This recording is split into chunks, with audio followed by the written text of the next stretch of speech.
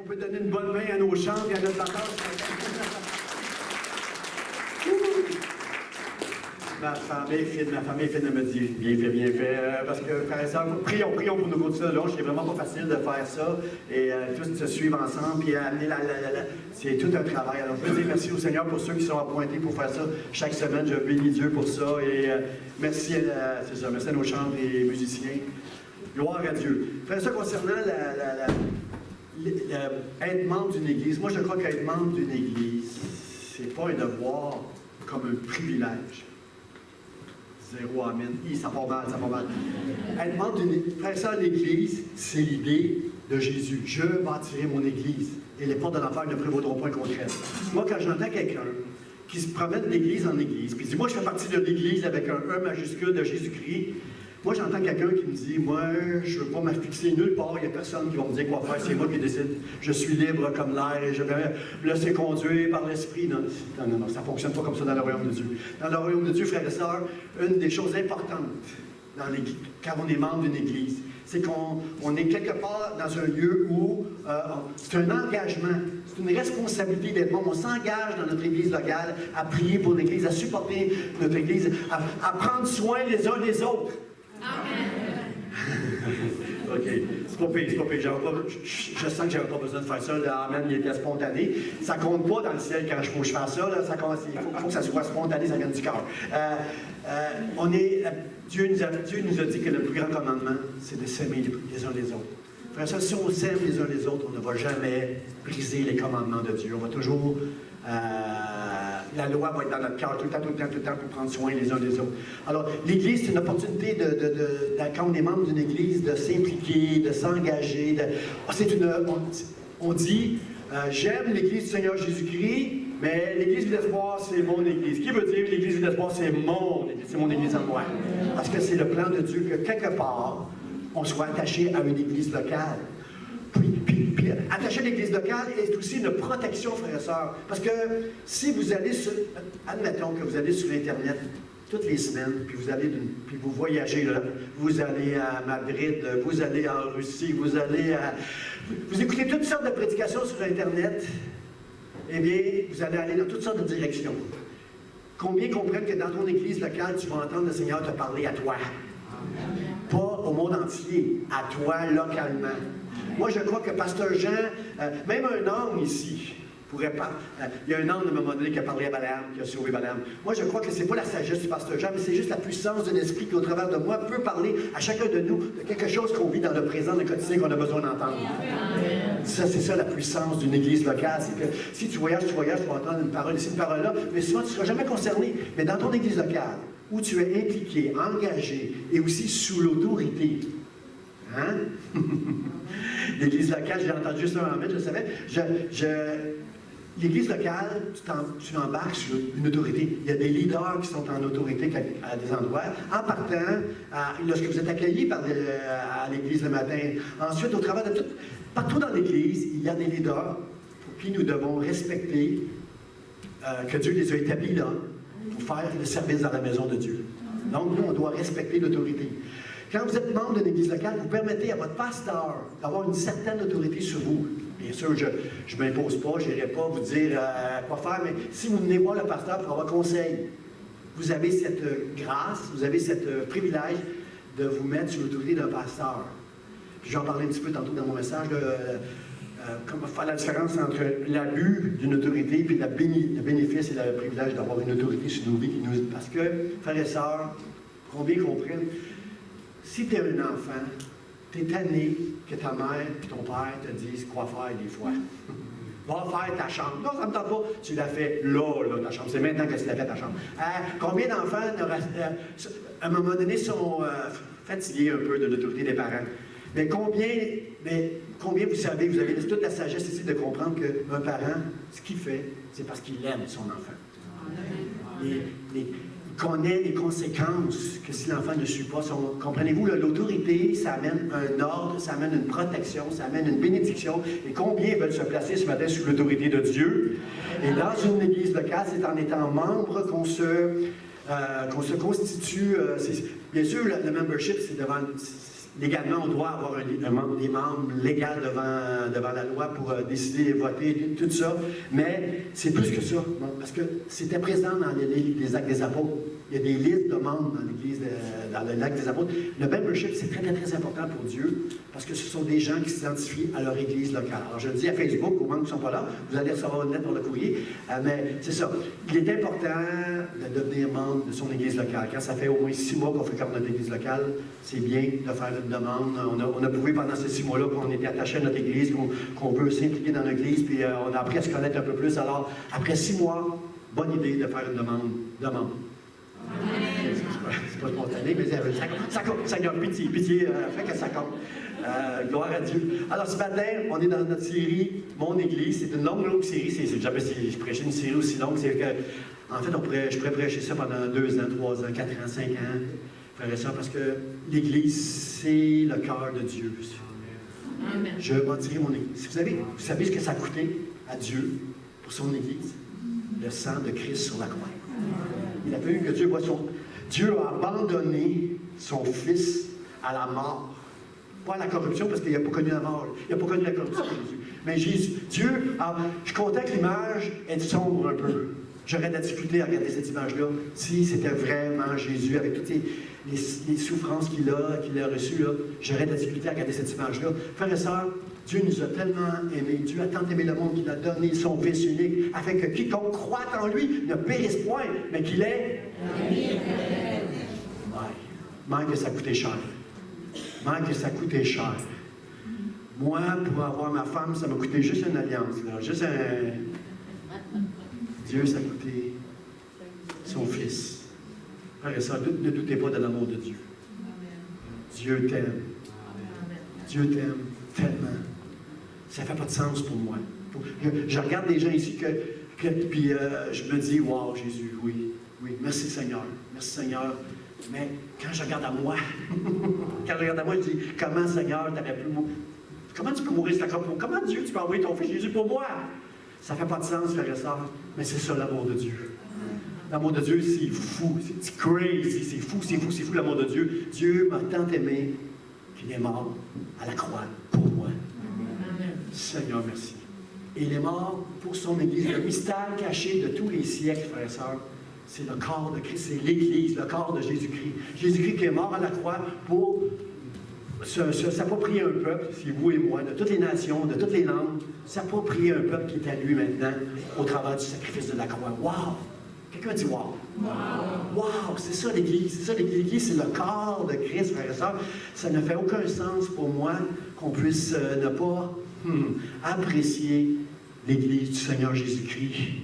Il a tellement payé cher pour cette Église-là. Alors, je veux dire merci Seigneur ce matin pour son Église.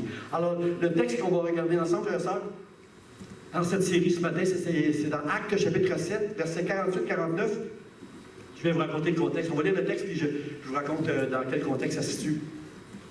Ce passage-là, ça dit, c'est Étienne qui parle, il dit, « Mais le Très-Haut n'habite pas dans ce qui est fait de main d'homme. » Je le répète. « Mais le Très-Haut n'habite pas dans ce qui est fait de main d'homme, comme dit le prophète.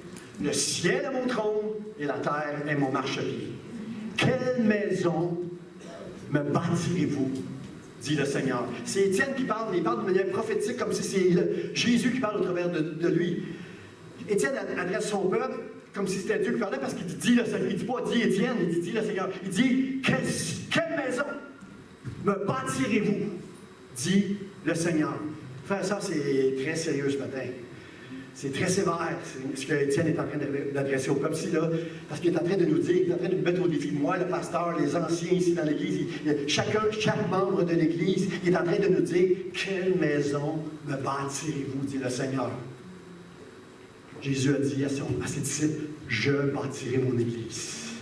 Et les portes de l'enfer ne prévaudront point contre elle. Mais lorsque c'est l'homme qui bâtit l'Église du Seigneur Jésus-Christ, les portes de l'enfer prévaut. Comprenez-vous, là? Ce sont des églises qui peuvent être exposées à toutes sortes de choses. Combien veulent être dans l'Église du Seigneur Jésus-Christ ce matin? Dites-le haut et fort que le ciel vous entende qu'on veut être dans l'Église du Seigneur Jésus-Christ.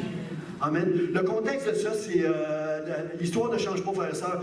La Bible nous dit dans Actes chapitre 7 que la parole de Dieu se répandait de plus en plus. Comprenez, on est au début de l'Église. Là. La parole se répand de plus en plus. La Bible nous dit que le nombre de disciples augmentait, que même les sacrificateurs dans le temple qui étaient sous la loi maintenant viennent à la foi. On n'est plus sous la loi, on croit que Jésus est mort pour nos péchés, qu'il a accompli toute la loi pour moi. Il y a des sacrificateurs qui comprenaient ça, frères et sœurs. Ils venaient à Dieu. Étienne était un homme sage, rempli du Saint-Esprit, qui prêchait l'Évangile, qui faisait avancer le royaume de Dieu à Jérusalem. Mais l'histoire ne change pas, frères et sœurs. Bien qu'Étienne était puissant, la Bible nous dit qu'il était puissant, qu'il faisait toutes sortes de miracles au travers d'Étienne. Malgré ça, la jalousie des gardiens de la loi, des curés, des prêtres, des sacrificateurs, des pasteurs, tous ces gens qui étaient en autorité à Jérusalem avec la loi, les autres étaient jaloux d'Étienne. Ils ont fait à Étienne la même chose qu'avec Jésus, et ils vont faire la même chose avec l'apôtre Paul quand Paul va se convertir. Ils ont fait la même chose, ils ont fait un faux procès à Étienne. Ils ont traîné, ils accusaient Étienne de toutes sortes de fausses accusations, ils l'ont traîné devant le Sanhédrin, puis ils l'ont accusé avec des faux témoins, encore comme Jésus, comme Paul. Ils l'ont accusé avec des faux témoins, ils blasphèment contre le temple, ils blasphèment contre la loi, ils blasphèment contre Moïse, avec des faux témoins. La Bible nous dit avec des faux témoins. Ils ont fait ça.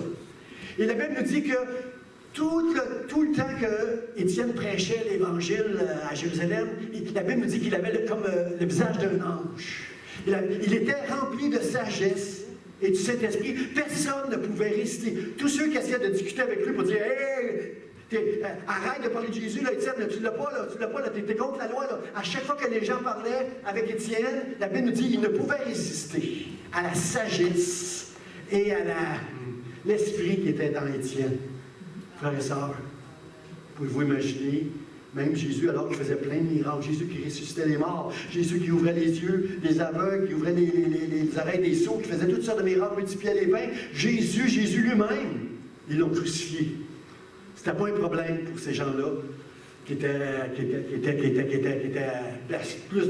blasphémateurs, qui ont tué les prophètes comme leur père. C'est Jésus a été sacrifié, et là, aujourd'hui, ça va être Étienne qui va être sacrifié. Ils vont le lapider, frères et sœurs.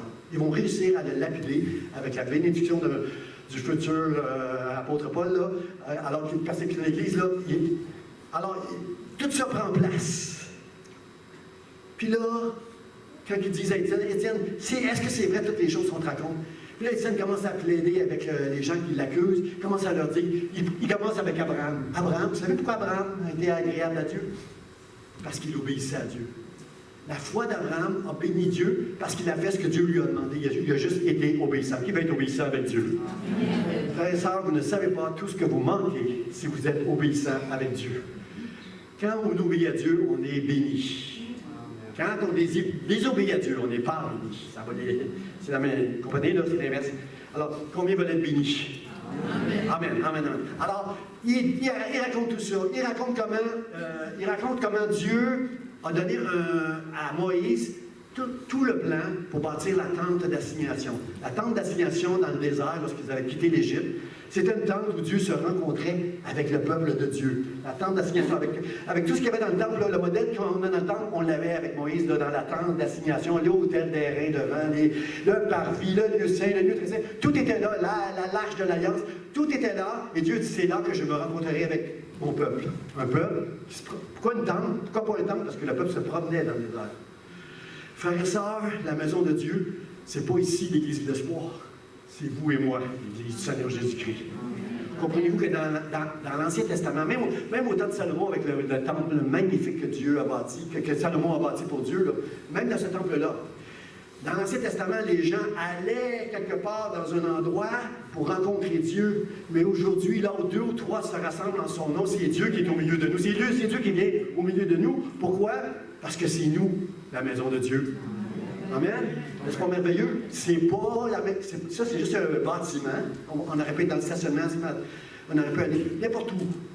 Ça, c'est un bâtiment où là où on se rassemble, Dieu est au milieu de nous. Dieu est là, frères et sœurs. L'apôtre Paul nous enseigne, il dit, ne savez-vous pas que vous êtes le temple de Dieu? Si l'Esprit de Dieu habite en vous, vous êtes le temple de Dieu. c'est « Je suis la maison de Dieu ». Pasteur Charlie est la maison de Dieu. Pasteur Robert, Lucille est la maison de Dieu. Maggie est la maison, l'habitation de Dieu. C'est nous qui sommes la maison de Dieu. Alors, frères et sœurs, ce matin, ce texte, Étienne n'adresse pas un bâtiment, il n'adresse pas un temple ou une église. Il nous adresse, vous et moi, ce matin. C'est à nous qui dit, quelle maison me bâtirez-vous, dit le Seigneur? Quelle sorte de maison allez-vous me bâtir? Seigneur, nous ne voulons bâtir aucune autre maison que toi, tu vas bâtir au milieu de nous. On veut être attentif, on veut écouter, Seigneur. Chaque fois qu'Israël se rencontre, il se rencontre d'une manière extraordinaire, il se rencontre avec le chemin d'Israël. Ça commence toujours la réunion avec « Écoute, Israël, mon peuple ». En voulant dire « Dieu veut parler ce matin, sois à l'écoute ». Combien veulent écouter Dieu ce matin? Dieu veut nous adresser, Dieu veut nous parler ce matin. Parce qu'il n'est pas question que nous bâtissions à Montréal-Est une église faite avec des mains d'hommes. Combien sont d'accord avec moi? On veut que ce soit Dieu qui bâtisse sa maison ici. Alors, si on veut que ce soit Dieu, il faut y aller avec le modèle des Écritures, frères et sœurs. Et quelle est la maison de Dieu? C'est nous, c'est vous et c'est moi qui sommes le temple de Dieu. Et on comprend dans ce passage-là qu'il n'y a rien de la main des hommes qui va prendre place dans la maison de Dieu. Un petit amen là. La semaine prochaine, on va avoir le ministère des... pas le ministère, on veut honorer la fête des mères. On veut vraiment... On veut dire merci à Dieu. Quel beau cadeau! Là, les hommes, vous avez une chance d'avoir une super de bonne journée avec votre femme, votre conjointe, là. Écoutez-moi. Puis les enfants aussi, là. Quel plus beau cadeau que Dieu a pu faire que de donner une mère dans la maison. Une mère. Amen? Amen. Un père, c'est bien, mais une mère, ça, c'est un cadeau de Dieu. C'est une image de l'amour et de la grâce de Dieu, de maman. Alors, merci Dieu pour les mamans. Alors, on va honorer les mamans la semaine prochaine. Et dans 2 semaines, je vais prêcher sur ce passage-là encore, là. Quelle sorte de bâtiment, quelle sorte de maison me bâtirez-vous? On va voir tout ce que Dieu aime veut trouver dans sa maison. Ce qu'il veut trouver en toi, ce qu'il veut trouver en moi, ce qu'il veut trouver ici dans l'Église. Vie d'espoir, on va voir ça dans 2 semaines. Mais cette semaine, frère et sœur, j'aimerais rester dans le même esprit que Étienne. J'aimerais qu'on se parle ce matin. J'aimerais vous dire et me dire à moi, qu'est-ce que Dieu ne veut pas dans sa maison? Est-ce qu'il y a quelqu'un qui va entendre ce que Dieu ne veut pas dans sa maison? Dieu ne veut pas. Il y a des choses que Dieu ne veut pas dans sa maison. Et c'est le prochain verset, le verset 51, il va le dire. Là, il y a tout un changement de ton ici dans le verset 51. Étienne est en train de raconter, depuis Abraham jusqu'à Salomon, jusqu'à Jésus, il est en train de raconter l'histoire. Puis là, à un moment donné, il y a un changement de ton. Étienne qui est rempli de sagesse, Étienne qui est rempli de puissance, Étienne qui est rempli de l'esprit. Là, il parle, mais là, il y a comme un changement de ton. Là, il adresse le Sanhédrin, il adresse le peuple qui est devant lui. Il est en train de dire « Homme au cou raide, incirconcis de cœur et d'oreille, vous vous opposez toujours, quelqu'un dit toujours, vous vous opposez toujours au Saint-Esprit. » Voilà ce que Étienne est en train de dire. Si on ne veut pas, frères et sœurs, si on ne veut pas bâtir une maison autre que ce qui plaît à Dieu, il ne peut pas avoir ça dans la maison de Dieu. Il ne peut pas avoir dans la maison de Dieu des hommes, des femmes, des jeunes hommes, des jeunes femmes avec un courette. Vous expliquez un peu, ça veut dire un courette, là, au Québec, on dit une tête de cochon. Un courette, c'est quelqu'un qui fait juste sa tête, là, qui ne veut rien savoir. Incirconcis de cœur et d'oreille. Non seulement ton cœur n'est pas circoncis, même tu n'entends pas. Tes oreilles ne sont pas habituées à écouter Dieu, à entendre Dieu, tu n'entends pas. Tu es incirconcis de cœur et d'oreille. Puis là, Étienne dit, vous vous opposez toujours, vous vous opposez au Saint-Esprit. Vos pères ont fait ça, oui, vous faites ça encore. Et combien sont avec moi pour dire qu'à l'Église Vie d'espoir, nous ne voulons pas nous opposer à Dieu. Nous ne voulons pas nous opposer à ce que Dieu nous dit, nous enseigne, nous transmet au travers des Écritures. On veut, Seigneur, on veut t'écouter, on veut faire ta volonté. Alors, mon premier point, frère, ça que je veux partager avec vous, c'est un cœur, j'appelle ça un cœur souverain. Qu'est-ce que je veux dire par un cœur souverain? C'est un cœur qui fait ce qu'il veut. Silence. Un cœur souverain, c'est ça. Un homme au courette, une femme au courette, ça veut juste dire, c'est une expression, là, avoir le courette. C'est des gens qui, dans la Bible, on a cette expression-là, dans l'Ancien Testament, quelquefois, là, surtout dans le désert. Des hommes, des femmes, des êtres qui ne veulent pas écouter Dieu, qui ne veulent pas obéir à Dieu, qui ont le cou raide, pas capable de dire oui, le cou il est raide. J'appelle ça un cœur souverain. Ce n'est pas Dieu qui règne, c'est toi qui règnes. C'est toi qui règnes. Il y a des choses que tu essaies de parler, tu n'écoutes pas. Tu gardes le courant, tu sais qu'il y a des choses qui doivent changer dans ta vie, tu ne les changes pas. Il n'y en a pas ici à l'Église d'Espoir, je ne sais pas pourquoi je dis ça. Je me prêche à moi-même. Là. Un cœur souverain, c'est quelqu'un qui dit je vais faire ce que je veux. Il n'y a personne qui va me dire quoi faire. Après ça, j'ai lu, je n'ai pas lu le livre, là, mais j'ai vu un livre récemment sur Internet qui s'appelle Désobéir. C'est écrit par, c'est un essai de Frédéric Gros. C'est très, très contemporain, c'est très moderne. C'est un livre qui nous montre comment aujourd'hui, c'est le mot, le titre c'est désobéir, mais en parenthèse, c'est, en fait, il justifie la désobéissance en disant, c'est comme ça qu'on va changer le monde. Combien savent ici, à l'Église d'Espoir, qu'on a cette sagesse de comprendre que nous, les hommes, on ne peut pas changer le monde? Hein? Dieu va mettre fin à ce monde-là un jour, ça va être fini, ça finit. Mais nous, on ne peut pas changer le monde. Mais il y a beaucoup de chrétiens qui essayent d'aider Dieu à changer le monde en désobéissant à toutes sortes de règles. Alors, désobéir de Frédéric Gros, c'est pour, si tu veux changer le monde, c'est ça que tu vas faire. J'ai lu aussi un article dans Le Devoir récemment qui disait que de désobéir, c'est nécessaire. Aujourd'hui, il donnait entre autres comme image les écologistes. Les écologistes qui sont convaincus que la Terre est en train d'être... c'est fini, c'est la fin du monde qui s'en vient si on ne se réveille pas. Bien, il faut désobéir si on veut faire avancer... C'est nécessaire de désobéir si on veut faire avancer la cause des écologistes. Combien comprennent ce matin que ce n'est pas l'écologie qui va détruire la Terre? C'est pas une guerre mondiale ou nucléaire qui va détruire la Terre, c'est Dieu qui va mettre fin à la fin des temps à ce monde-là. Il va y avoir des guerres, il va y avoir des bouts de guerre, mais c'est pas la guerre qui va nous détruire, frères et sœurs. Ça se peut qu'il y ait des pays qui vont connaître la nucléaire, ça se peut, mais c'est pas le monde qui va mettre fin, c'est pas la folie du monde qui va mettre fin à ce monde, c'est Dieu lui-même qui, à un moment donné, vous savez, la dernière guerre qu'il y aura sur cette terre, Dieu va mettre fin à cette guerre-là. C'est là que ça va être fini. Mais en attendant, nous autres, on doit avoir cette sagesse-là, frères et sœurs, que Jésus nous a enseigné dans de notre Père. Notre Père qui est aux cieux, que ton nom soit sanctifié, que ton règne vienne, que ta volonté soit faite sur la terre, à l'Église d'Espoir, dans ma maison, dans mon cœur, comme au ciel. Amen. Amen. On devrait arrêter de réciter cette prière-là, mais la méditer, frères et sœurs. Amen. Seigneur, que ta volonté soit faite sur la terre comme au ciel, que ton règne vienne. Si Dieu, ce matin, je crois que le Seigneur nous dirait la même chose qu'Étienne s'il viendrait. Quelle sorte de maison êtes-vous en train de me bâtir avec un cœur souverain? Un cœur qui ne veut pas m'écouter, un cœur qui a le cou raide, un cœur qui fait ce qu'il veut, comme il veut, quand il veut. On est dans cette génération-là, frères et sœurs. Êtes-vous d'accord avec moi? La désobéissance. Ceux qui désobéissent, c'est des héros.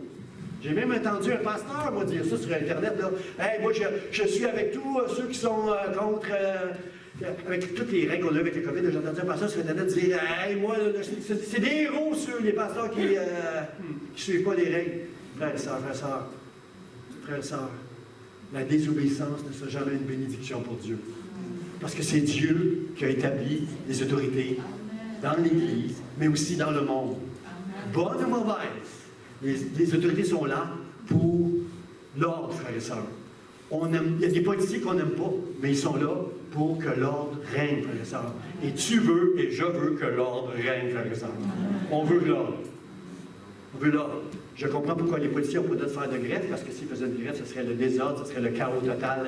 N'importe qui, moi je m'enferme dans ma maison, dans un endroit où il y a juste une porte pour entrer, puis je suis prêt à défendre ma famille derrière moi, parce que ça va être la folie là, s'il n'y avait pas d'ordre, d'autorité. Alors, les autorités ne sont pas toujours fines, mais on a besoin, frères et sœurs. Parce que ce matin, je veux, qu'est-ce que je veux faire? Je veux dire publiquement combien c'est important, frères et sœurs, d'être soumis aux autorités. Parce qu'on entend beaucoup d'être soumis. On est dans un monde insoumis en ce moment.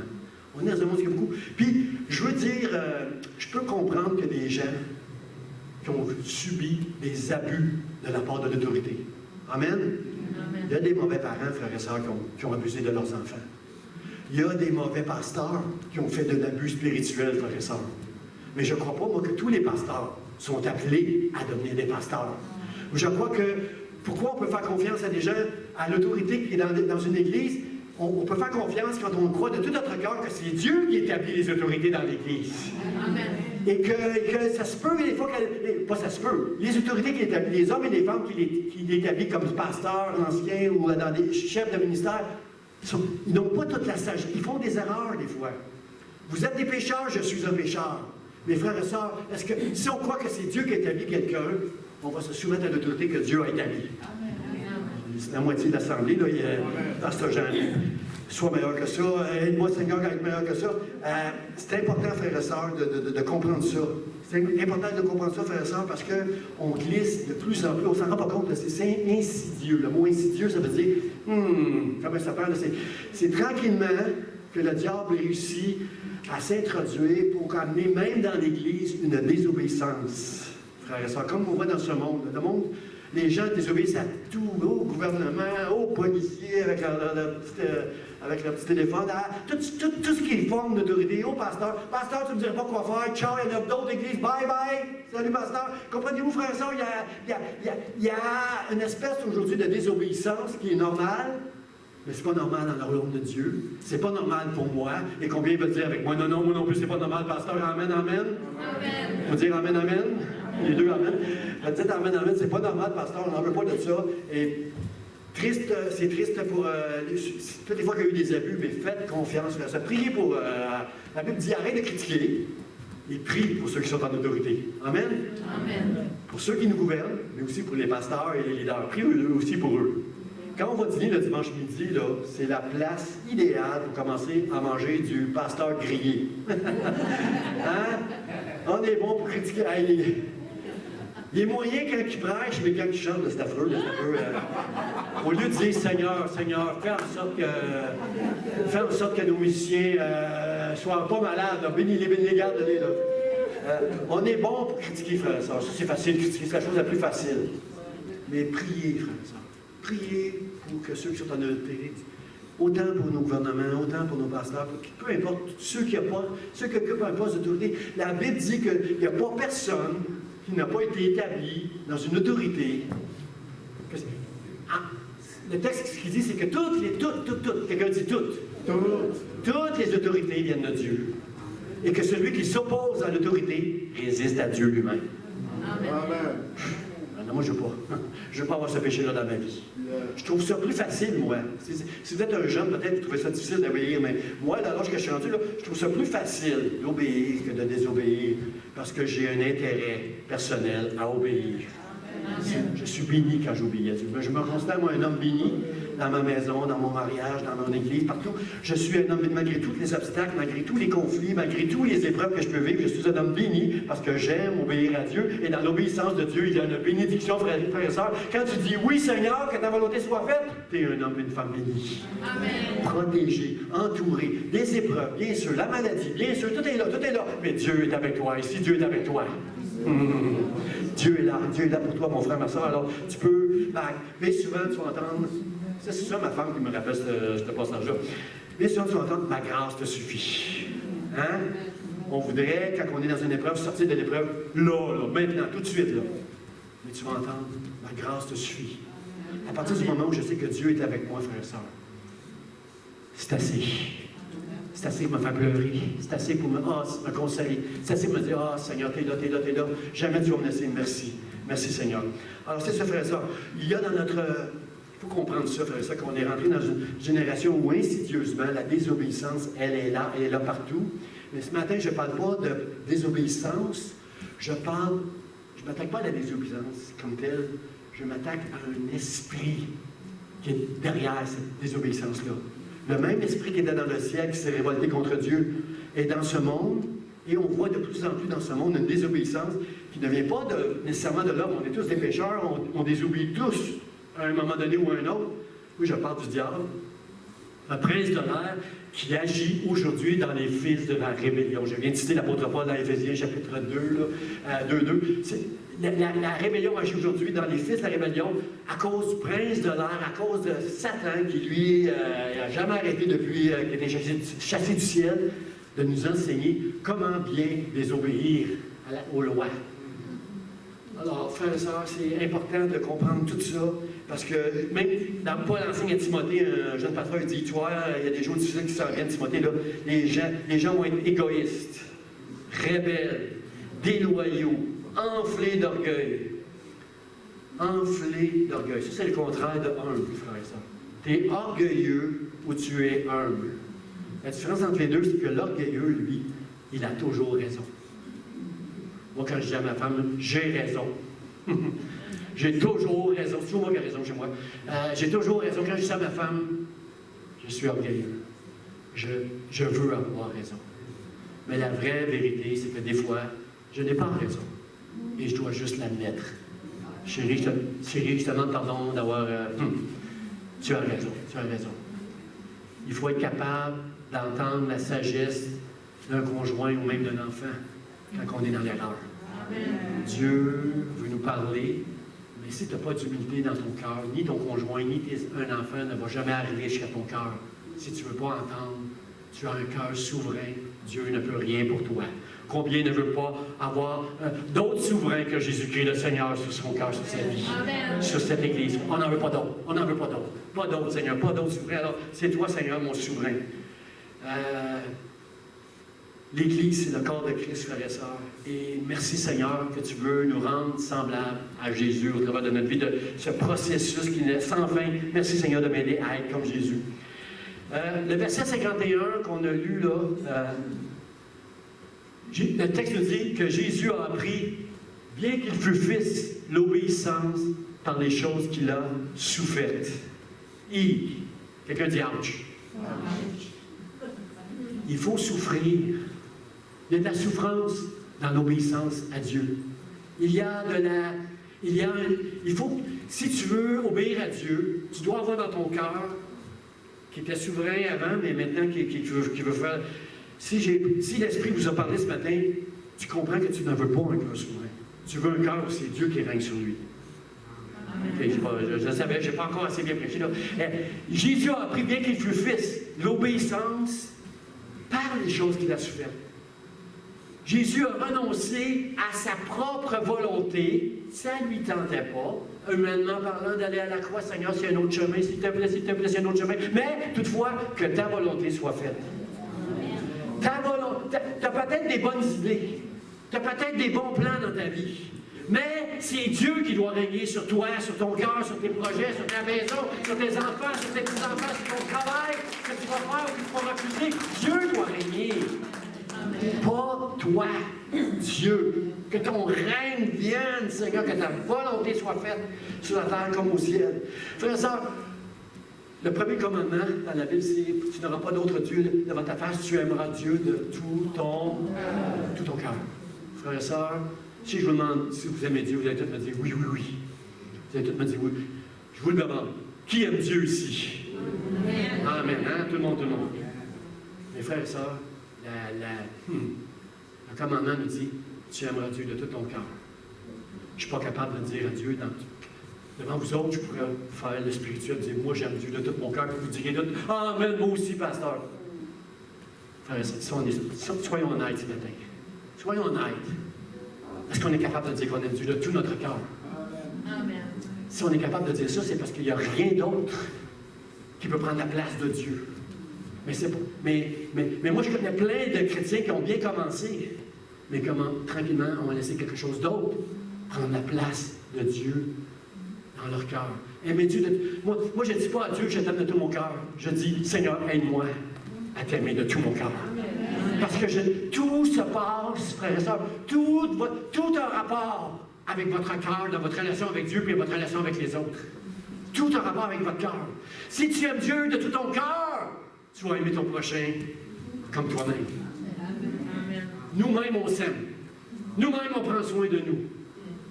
Prends soin de ton frère et de ta sœur comme toi-même.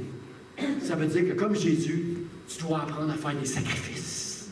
Tu dois apprendre à renoncer à ta propre volonté, à tes propres projets, à tes propres affaires que toi tu veux pour laisser Dieu. Mais si tu laisses Dieu, tu laisses la place à mieux que tous tes projets que tu pensais qui étaient bons, qui étaient corrects, qui n'étaient pas pires. Là, tu t'en dis, ramène, là, ça se rend, là, tu aimeras Dieu de tout ton cœur. Frère et sœur, Dieu a un cœur. Et moi, je veux un cœur comme Dieu. Amen. Quand Dieu a vu David, il a dit, voilà un homme. David, regardez mon serviteur. Voilà un homme selon mon cœur. Pourquoi que Dieu dit ça de David? Vous allez lire quelque part que c'est écrit que David voulait accomplir toute la volonté de Dieu tout le temps.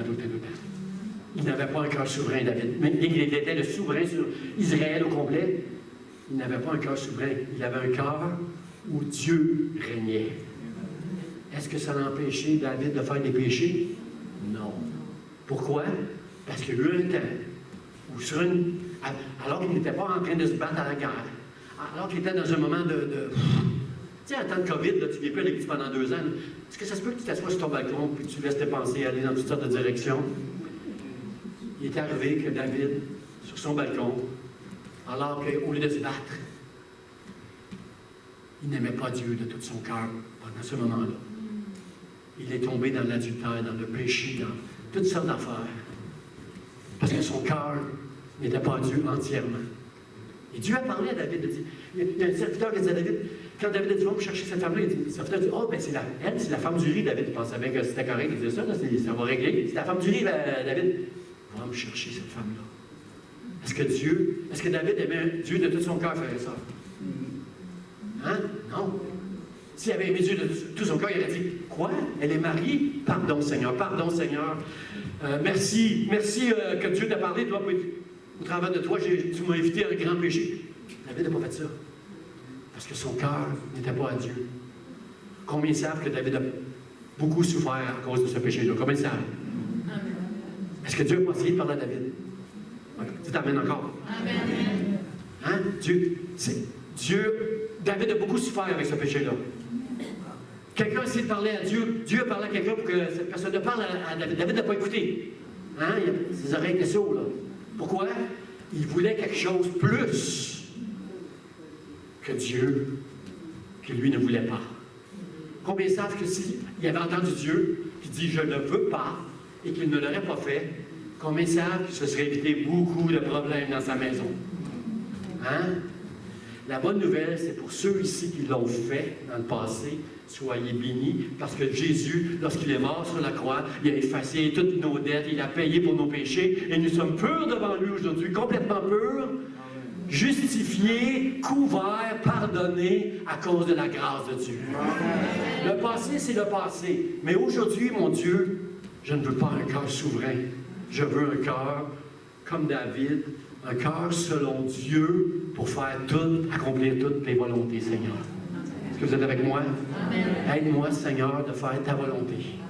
Il y avait quelque chose, frères et sœurs, dans le temple, de très important dans le temple d'assignation, qui est bâti selon les plans que Dieu avait donnés à Moïse, qu'on retrouve dans le temple, frères et sœurs, quand Salomon bâtit le temple, qu'on retrouve dans le temple, et qu'on doit retrouver ici à l'Église de l'Espoir, mais surtout dans nos cœurs.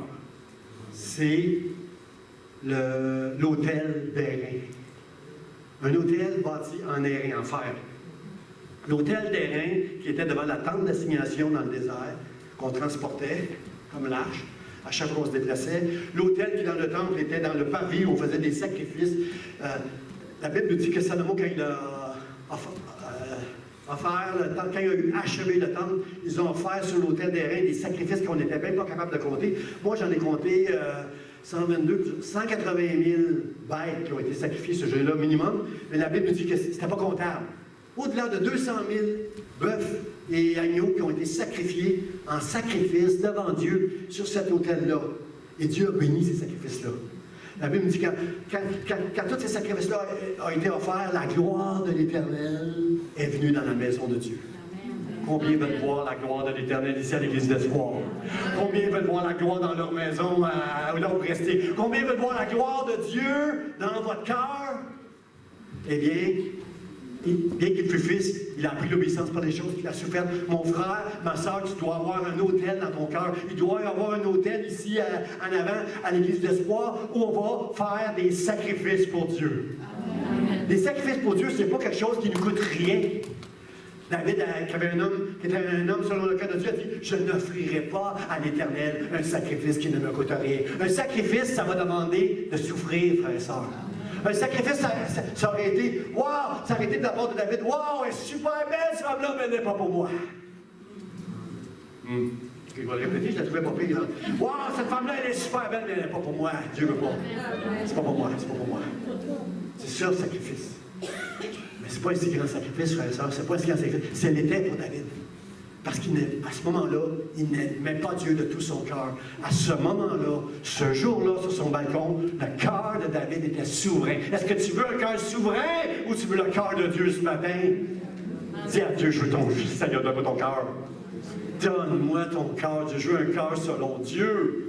Je veux ressembler à Jésus. Aide-moi, Seigneur, parle-moi, transforme-moi. Il doit y avoir dans nos vies. Moi, depuis que je suis chrétien, quand j'ai commencé à comprendre ces choses-là, j'ai jamais entendu je pense pas que j'ai jamais entendu un message sur l'autel d'airain.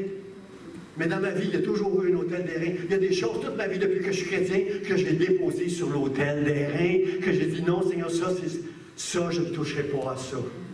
Ça, je ne toucherai plus à ça. J'ai touché jusqu'à maintenant, il brûle. L'autel d'airain, on brûle. Pourquoi c'était fait en airain? C'est que ce que tu offres, tu le brûles. Tu ne peux plus aller le rechercher. Il est brûlé.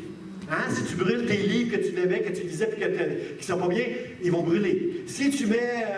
il y a des choses que j'ai... Il y a des albums de musique, quand je suis devenu chrétien, que j'aimais beaucoup, je les ai mis sur l'autel d'airain. Je les ai mis à la poubelle, là, mais c'est pareil comme si je les avais mis sur l'autel d'airain. L'autel d'airain, c'est un lieu de sacrifice, frères et sœurs. C'est un autel en airain. L'autel, lui, il ne va jamais brûler. Il est fait en bois, en cèdre, recouvert d'airain. Lui, il ne va jamais brûler. Mais tout ce que tu vas mettre dessus va brûler. Tu ne peux plus aller le rechercher. Frères et sœurs, ce que tu vas mettre sur l'autel va t'amener à souffrir comme Jésus. Tu ne mets pas des affaires que tu n'aimes pas sur l'autel. Facile, quand il y a des ventes de garage, de prendre tous des cossins que tu n'aimes pas et de les apporter en sacrifice. Ça, c'est pas un sacrifice, c'est des cossins que tu n'aimes pas.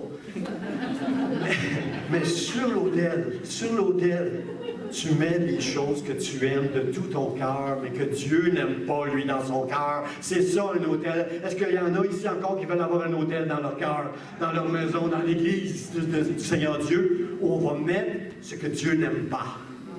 Je refuse d'avoir un cœur souverain, mon Dieu. Donne-moi un cœur comme David. Donne-moi un cœur selon ton cœur, Dieu, dans le nom de Jésus. Amen, amen, vous êtes avec moi. Mon deuxième point, frère et sœur, un cœur sourd, incirconcis de cœur et d'oreille. Il n'y a rien de pire comme parent de répéter à notre enfant. Va faire ta chambre. OK?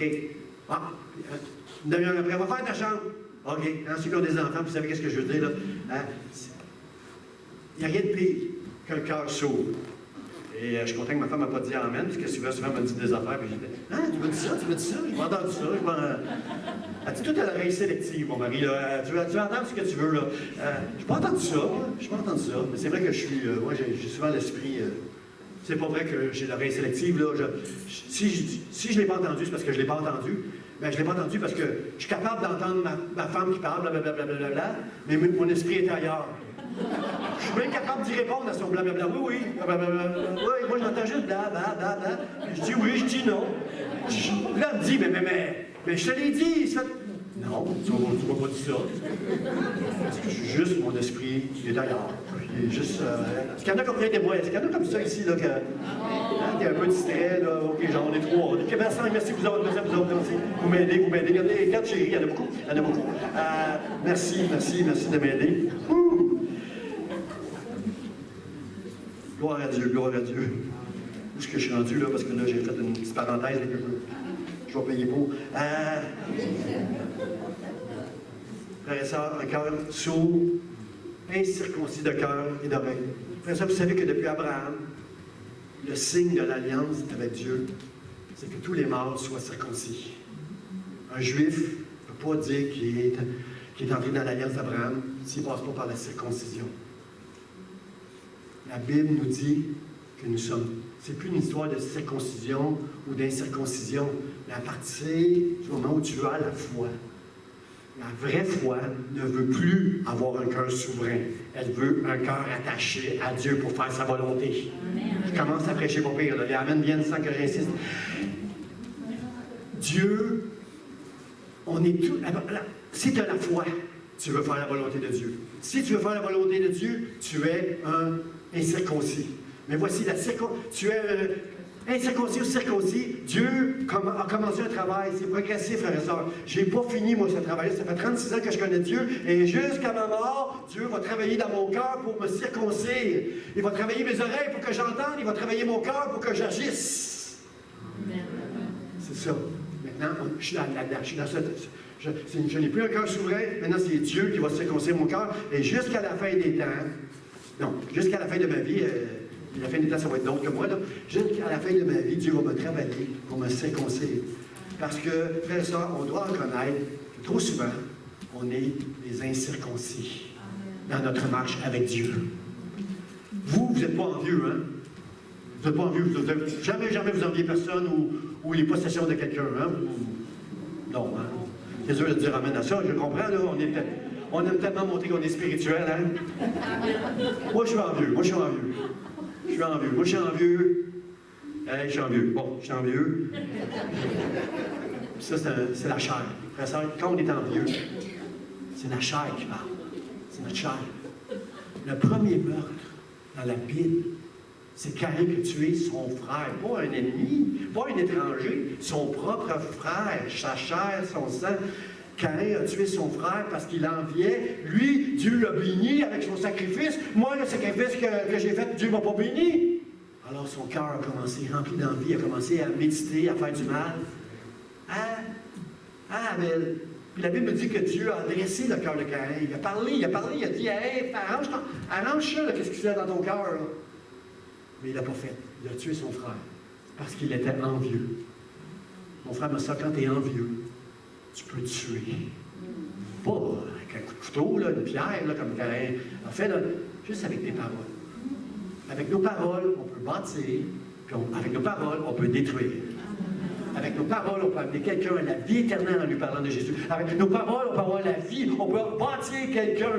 Ah, moi, après les chants, ce matin, j'étais comme ça, là, jusqu'en arrière, ma femme m'a dit.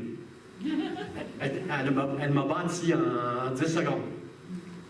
Mon frère, ma soeur, c'est ça. Mon frère, ma soeur, on est envieux. On est envieux. Moi, j'ai envie des personnes, des fois. C'est pas bien. Parce que je n'ai peut-être pas tout ce que je veux, mais j'ai tout ce que j'ai besoin avec Dieu. Dieu l'entend. Hein? Dieu comble tous mes besoins. Tout ce que je veux, je ne l'ai pas, mais tout ce que j'ai besoin, je l'ai avec Dieu. Alors, merci Seigneur pour ça. Merci Seigneur de me donner tout ce que j'ai besoin. Mais je suis envieux parfois. Ça, c'est la chair. Seigneur, aide-moi à circoncire toute l'envie qu'il peut y avoir. Enlève ça, puis jette ça. Parce que je ne voudrais jamais détruire la réputation de quelqu'un à cause de mon envie. Hein?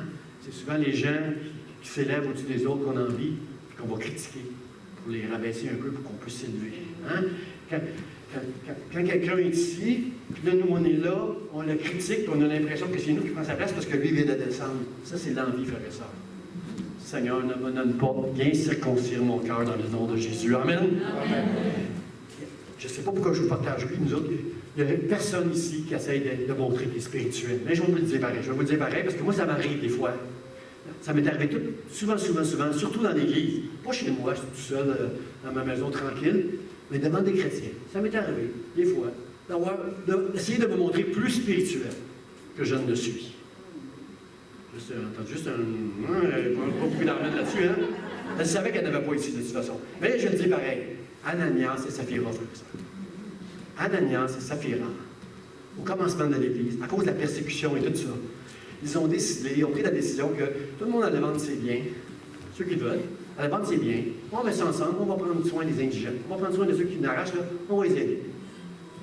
Ananias et Saphira, eux autres, ils ont décidé de vendre quelque chose, je ne me souviens plus c'est quoi, là, dans l'Acte des Apôtres, vous avez trouvé ça, chapitre 6, je sais quoi? La maison, hein, ils ont vendu une maison. Et là, ils amènent Et là, ils ont gardé une bonne partie de la maison pour eux autres. Chérie, on va te bénir, etc. On va aller porter on va vendre la maison. On va faire comme les autres. Là. Tout le monde dit que oh, moi, l'argent, c'est pas l'argent, moi, c'est Jésus, moi. C'est pas l'argent, moi, l'argent, c'est pas important. J'ai Jésus. On va vendre notre maison. Mais l'année prochaine, j'aimerais ça avoir des bonnes vacances. Puis ça ne me tenterait pas de on est tellement bénis, ma femme, ça ne tenterait pas d'être serré. Là, fait qu'on va garder une partie de l'argent, mais on ne le dira pas. On va dire aux gens qu'on apporte l'argent, la maison. On a vendu la maison à ce temps-ci, là, une petite maison, là, ça ne vend pas de 500 000. Là. Alors, on va dire qu'on a vendu notre maison 300 000. On va garder 200 000 dans nos poches. C'est un petit peu ça là, qui est arrivé. Là.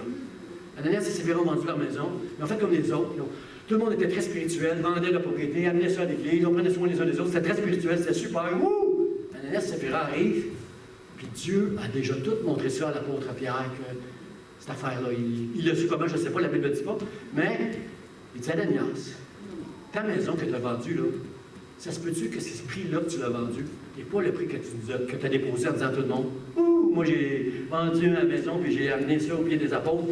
Oh, j'ai fait, moi aussi, j'aime Dieu de tout mon cœur, puis moi aussi, là, je suis spirituel, puis moi aussi, là, j'ai fait tout ce qu'il fallait. Puis là, Pierre, il dit, comment il est su, je ne sais pas. Est-ce que c'est Dieu qui l'a révélé? C'est-tu, il l'a su par quelqu'un?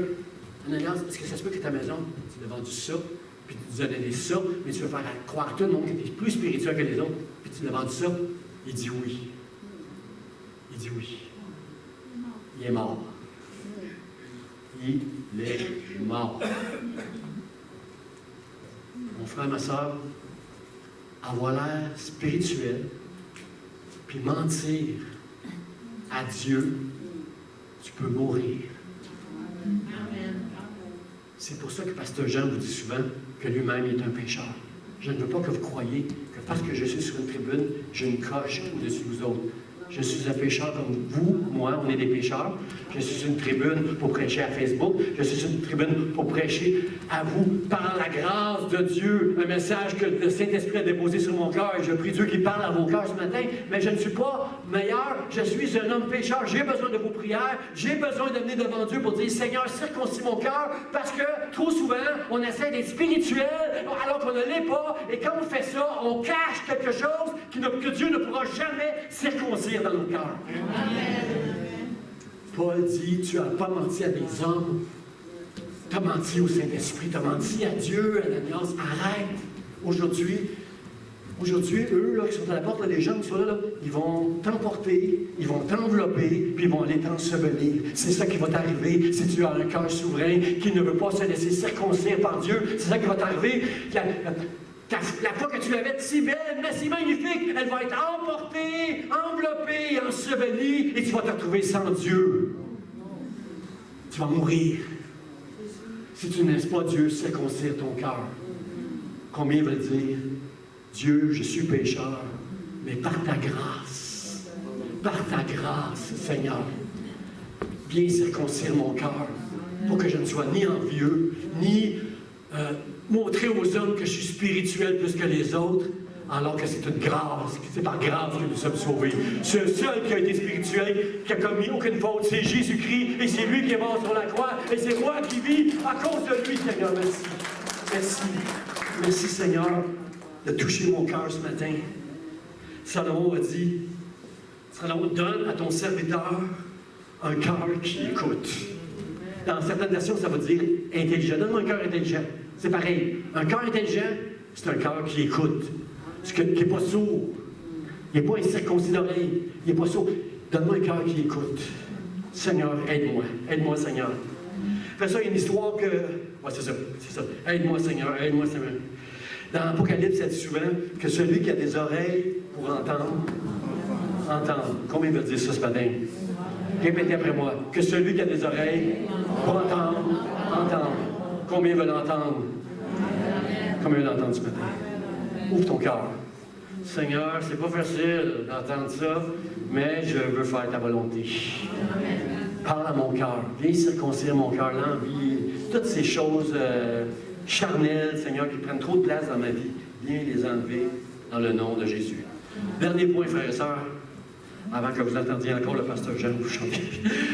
Dernier point. Un cœur insensible. Je veux dire par là, un cœur insensible quand Dieu te parle. C'est ça que je veux dire. Un cœur insensible. Étienne a dit, vous vous opposez toujours, quelqu'un dit toujours, au Saint-Esprit. Mon frère, ma soeur, quand tu t'opposes à ton conjoint des fois, tu le sais dans ton cœur que tu es en train de t'opposer à Dieu. Quand c'est ton conjoint qui te parle de la part de Dieu et que tu ne l'écoutes pas, c'est Dieu que tu n'écoutes pas. Les enfants qui n'écoutent pas les parents, que vous le savez dans votre cœur que vos parents ont raison, mais vous ne voulez pas l'écouter. Est-ce que des enfants de Dieu ici, des fois, ça vous aide? Est-ce qu'on peut rester honnête entre les uns vers les autres? Moi, je réponds oui tout de suite, amen tout de suite. Est-ce que ça arrive que nous, les enfants de Dieu, papa nous parle, mais on n'écoute pas? On s'oppose à l'Esprit. C'est au travers du Saint-Esprit. Vous êtes le temple de Dieu si l'Esprit habite en vous. Et si l'Esprit habite en toi, Dieu te parle, mais tu n'écoutes pas. Tu t'opposes. Tu résistes. Tu ne sacrifies pas la chose que Dieu te demande de sacrifier. Des fois, ça prend du temps. Frère et sœur, moi, j'ai beaucoup de grâce. Moi, mon don que Dieu m'a donné dans les 7 dons, il y a 7 dons, là. Moi, c'est la miséricorde. Moi, là, je vais broyer avec toi, ta vie avec toi, si tu pêches. Je vais être avec toi, parce que je sais que je péche aussi. Si tu confesses tes péchés, si tu es avec moi je vais être avec toi. Jamais, jamais. Dieu dit, je n'avance jamais, jamais je vais te lâcher. Jamais. Toi, tu peux, mais moi, jamais. Je vais te lâcher. Alors, Seigneur, aide-moi à avoir un cœur sensible aux choses de Dieu. Hein? La Bible dit que l'homme naturel, qui n'a pas l'Esprit de Dieu, trouve les choses de Dieu folles. Si tu es un chrétien à ton travail ou avec tes voisins, tu parles de ces choses-là, puis lui, il n'est pas un chrétien, il va dire, t'es fou, t'es folle, Annie, t'es folle, t'es fou. C'est ça que le monde pense. La Bible dit que c'est une folie. Pour l'homme naturel, les choses de Dieu sont une folie. Mais pas pour nous. Ça donne une chance. Pas nous, hein? Pour nous, non. Parce qu'on a l'Esprit de Dieu. Mais quand l'Esprit de Dieu nous parle dans nos prières, quand l'Esprit de Dieu nous parle au travers d'un conjoint, d'un enfant, d'un pasteur, d'un frère, d'une soeur, quand l'Esprit de Dieu nous parle, est-ce qu'on peut arrêter de s'opposer à Dieu et de dire, Seigneur,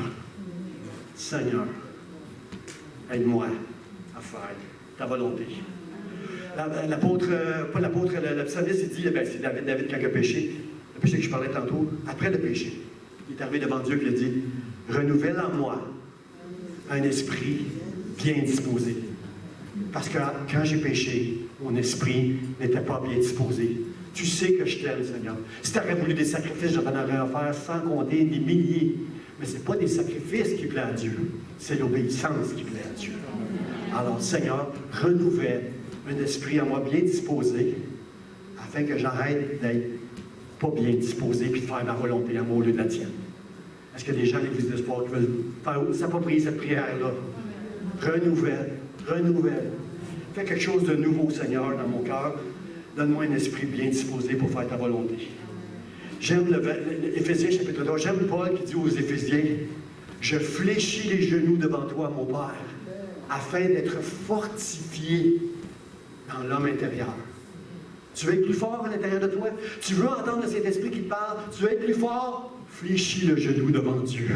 Sors l'autel des reins. Offre des sacrifices à Dieu. Arrête de dire que ton cœur va être... Arrête de régner sur ton cœur et laisse Dieu régner. Seigneur, que ton règne vienne, que ta volonté soit faite sur la terre comme au ciel. Dans le nom de Jésus. Je fléchis le genou devant le Père, afin d'être fortifié dans l'homme intérieur, et je veux entendre le Saint-Esprit qui me parle. Oh Dieu, donne-moi un cœur qui écoute. Renouvelle en moi un esprit qui va être bien disposé, Seigneur, afin que j'aie un cœur comme toi, Dieu. Dans le nom de Jésus. Il y a un passage des Écritures qui me choque, frères et sœurs, dans les Écritures. Chaque fois que je lis ça, je suis choqué. Je ne comprends pas. Puis c'est un passage qui me fait peur. Parce que chacun de nous, on a tous la capacité de ne pas écouter le Saint-Esprit. Vous êtes d'accord avec moi? Ça peut nous arriver à tout le monde de ne pas écouter le Saint-Esprit. Et quand je lis ce passage-là, je suis choqué. Vous allez voir pourquoi je suis choqué. C'est dans 2 Chroniques, chapitre 35-21. C'est l'histoire de Josias. Pour moi, Josias, c'est un des grands rois. Il n'y a pas eu beaucoup de bons rois après David et Salomon. Il n'y a pas eu beaucoup dans Israël des bons rois. Quelques-uns, Josias, Ézéchias, quelques-uns seulement, frère. Ça, je pense qu'il y en a 5. Puis un des meilleurs, c'est Josias.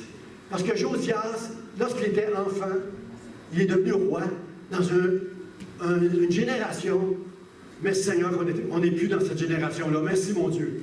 Dans une génération idolâtre qui ne lisait plus la Bible, qui ne priait plus, qui était dans l'apostasie. Merci mon Dieu, on n'est pas dans cette génération-là. Merci. Quelqu'un dit Amen. Merci, merci, merci Seigneur. On n'est pas... Je blague là. C'est au pas. L'apostasie est au pas. On aime ça faire croire qu'on...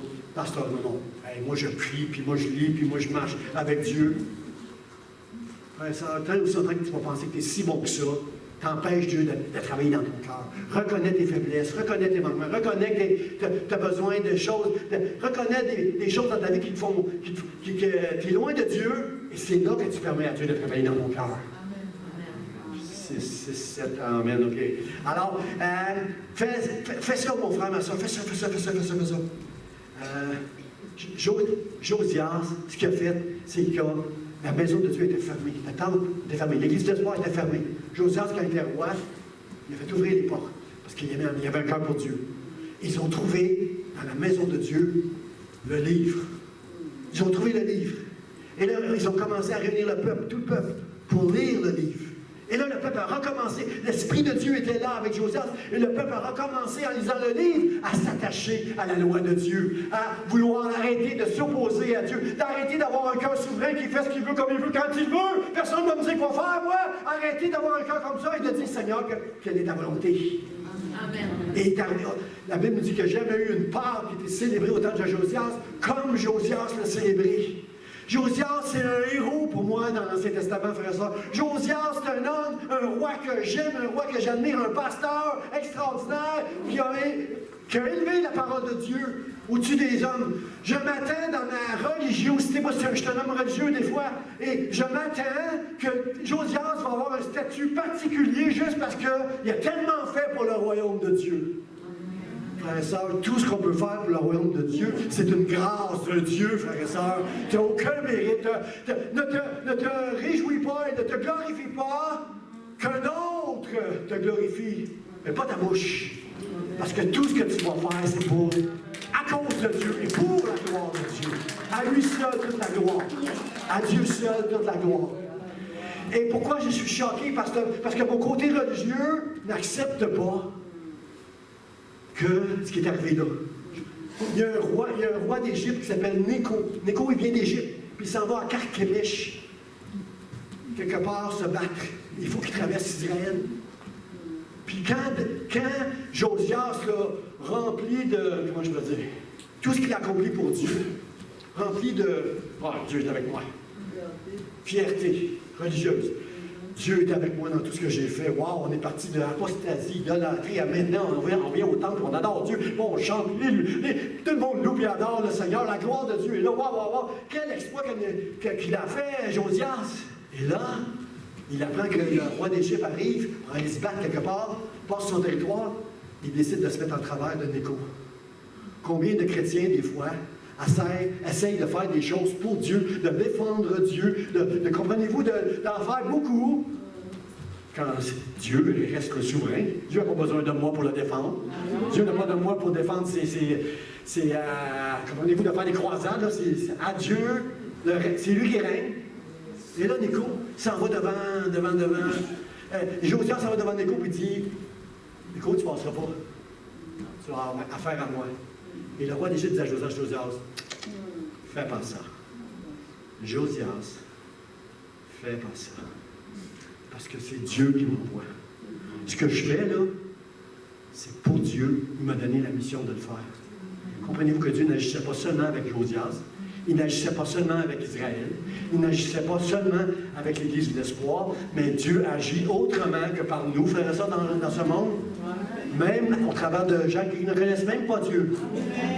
Mais je ne sais pas si Néco était un roi qui s'était converti à Dieu, mais c'était un roi qui craignait assez Dieu pour dire, écoute Josias, reste là, parce que Dieu est avec moi.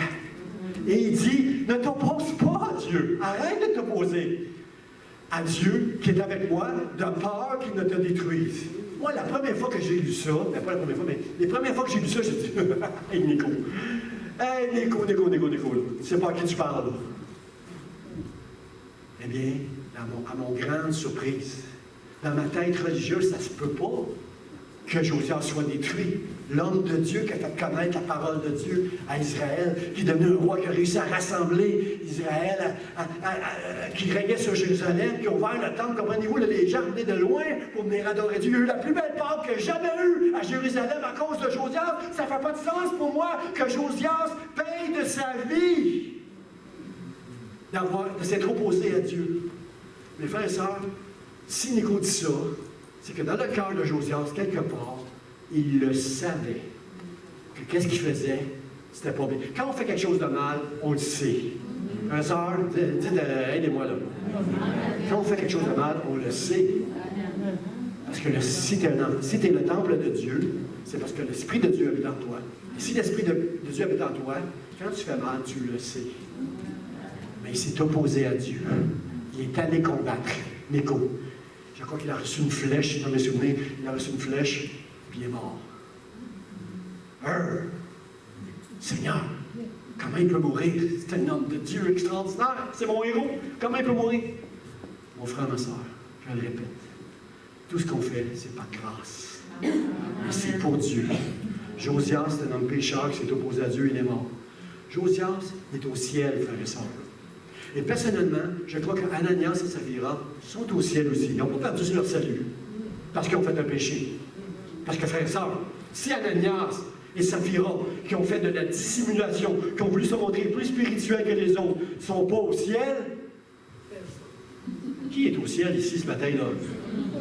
Qui n'a pas jamais dans sa vie de dissimulation spirituelle pour montrer qu'on est spirituel, puis dans le fond, tu n'es pas tant que ça? Qui ne tombe pas dans l'hypocrisie? Qui ne tombe pas dans l'envie ici? Qui ne s'oppose pas au Saint-Esprit ici? Je ne dis pas, Josias est au ciel, il va être assis à la table d'Abraham. Josias, Ananias et Saphira aussi dans ma tête, c'est clair qu'ils sont au ciel. Mais Dieu les a punis pour nous enseigner quelque chose. C'est que si nous faisons de la dissimulation pour se montrer spirituel, notre foi va être emportée, enveloppée et ensevelie. Et si on continue à s'opposer au Saint-Esprit, il peut détruire notre foi. Cette opposition-là peut détruire notre foi. Est-ce que vous êtes content de l'entendre, frères et sœurs, ce matin? Amen. Pas facile de prêcher ça pour moi. Mais j'ai mal dormi, là. Parce que je savais que c'était ça. Je savais que c'était un message sévère. Mais la sévérité de Dieu, c'est une douceur pour mes oreilles et pour mon cœur. Parce que je sais que si je marche selon Dieu, j'ai la vie. Le bonheur et la grâce m'accompagneront tous les jours de ma vie. Parce que je marche avec l'Éternel. Amen. Est-ce que vous voulez dire avec moi ce matin, Seigneur, comme Salomon, donne-moi un cœur intelligent, donne-moi un cœur qui écoute, renouvelle en moi un esprit bien disposé. Seigneur, brise le cœur souverain qui est dans mon cœur. C'est pas ma volonté, c'est pas mes projets à moi, c'est ta volonté que je veux faire. Seigneur, aide-moi à circoncire l'envie, toutes ces choses, frère, l'égoïsme et la folie, le manque d'humilité que je peux avoir dans ma vie. Seigneur, aide-moi. Parce que moi, ma maison et mon Église, nous voulons honorer ton nom et te glorifier. Amen. J'invite notre musicien et les chantres. Venez, les musiciens, les chantres, on va terminer avec, on va donner gloire à Dieu, on va donner gloire à Dieu, on va terminer avec ce chant infiniment grand. Dieu est infiniment grand. Et le mot de la fin, c'est celui-ci, frères et sœurs. Mais le Très-Haut n'habite pas dans ce qui est fait de main d'homme. Est-ce que vous êtes d'accord avec moi, frères et sœurs, qu'on ne veut rien de l'homme dans la maison de Dieu? Vous êtes le temple de Dieu, rien des hommes. Dans l'Église ici, on ne veut rien des hommes. Je vois de plus en plus dans nos églises toutes sortes de techniques, de trucs à faire pour faire plaisir aux gens. Tu comprenez-vous, on en met plein la vue pour rivaliser un peu avec le monde.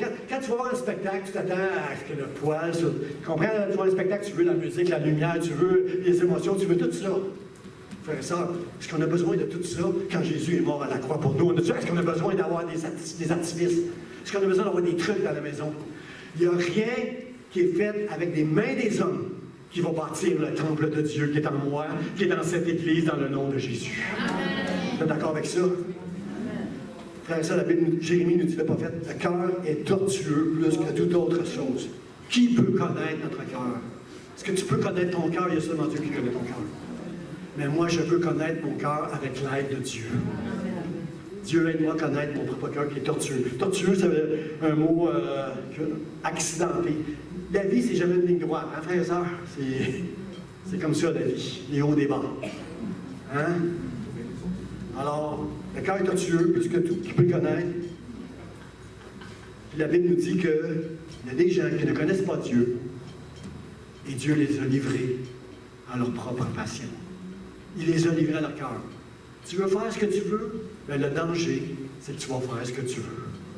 Moi, je ne veux pas faire ce que je veux. Je ne veux pas faire mes plans, moi. Je veux faire les plans de Dieu. Amen. Pas de main d'homme, frère et sœur. Dieu n'habitera pas dans ce qui est fait de main d'homme. Dans ta vie, dans ta maison, dans mon cœur, je n'en veux pas rien qui est fait par l'homme, mais ce qui est fait par Dieu, dans le nom de Jésus. Amen. Le psalmiste dit, sonde-moi, ô Dieu, et connais mon cœur. Connais mon cœur. Et conduis-moi sur la voie de l'éternité. Ce matin, on va chanter ce chant qui dit infiniment grand. Mais frères et sœurs, je veux juste que vous... alors qu'on va chanter infiniment grand, Dieu est infiniment grand parce qu'il est infiniment bon, infiniment miséricordieux, malgré toutes nos fautes. Il va toujours être avec nous. Alors ce matin, qu'on va chanter ce chant-là pour terminer, qu'on va donner la gloire à Dieu, qu'on va le louer, l'adorer, ayez ce cœur du psalmiste pour dire, Seigneur, sonde-moi, pour enlever tout ce qui peut être souverain, qui est contraire à toi. Viens circoncire mon cœur avec toutes les fois que j'essaie de démontrer que je suis spirituel, toutes les fois que j'ai de l'envie, l'hypocrisie, toutes ces choses d'orgueil. Enlève ça, viens circoncire mon cœur, mes oreilles, pour que je t'entende. Et Seigneur, aide-moi à ne jamais m'opposer à tout ce que tu vas me faire connaître, que ce soit l'Église, mon conjoint, par n'importe quel cas, tu vas me parler, Seigneur. Je veux dire Amen. Est-ce que vous pouvez dire Amen? Est-ce qu'on peut acclamer le Seigneur? Alors, on va se lever à vous lever. On va chanter ce chant infiniment grand.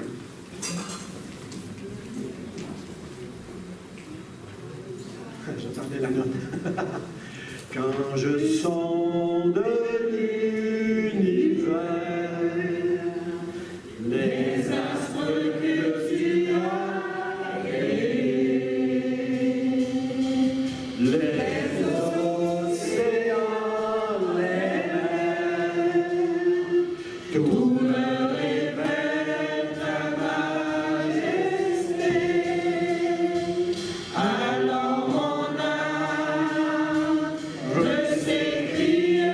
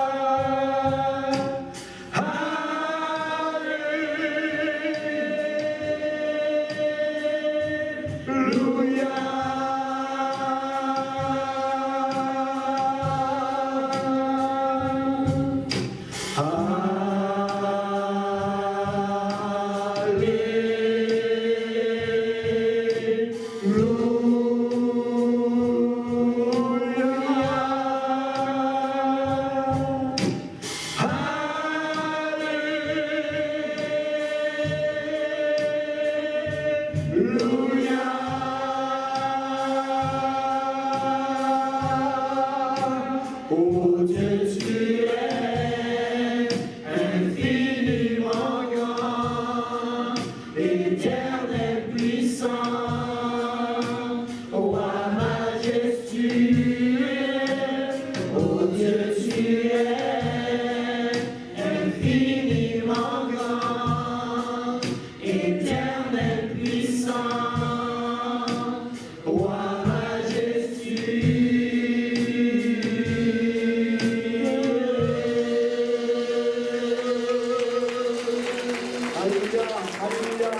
Alléluia, Seigneur, bénis l'Église d'espoir. Reçois nos louanges, reçois notre adoration, Seigneur. Bénis cette Église, bénis nos maisons, bénis chacune de nos vies, Seigneur. Donne-nous un cœur pour Dieu. Seigneur, un cœur qui écoute Dieu. Renouvelle en moi un esprit bien disposé, Seigneur, pour faire ta volonté, ô mon Dieu.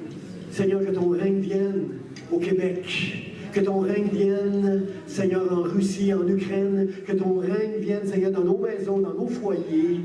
Dans le nom de Jésus. Amen, amen, amen. Soyez bénis, soyez bénis. Allez dire félicitations à notre frère. La semaine passée, notre frère était au Burundi, à Antidon, et il est avec nous, jeune marié. Allez le féliciter. Soyez bénis.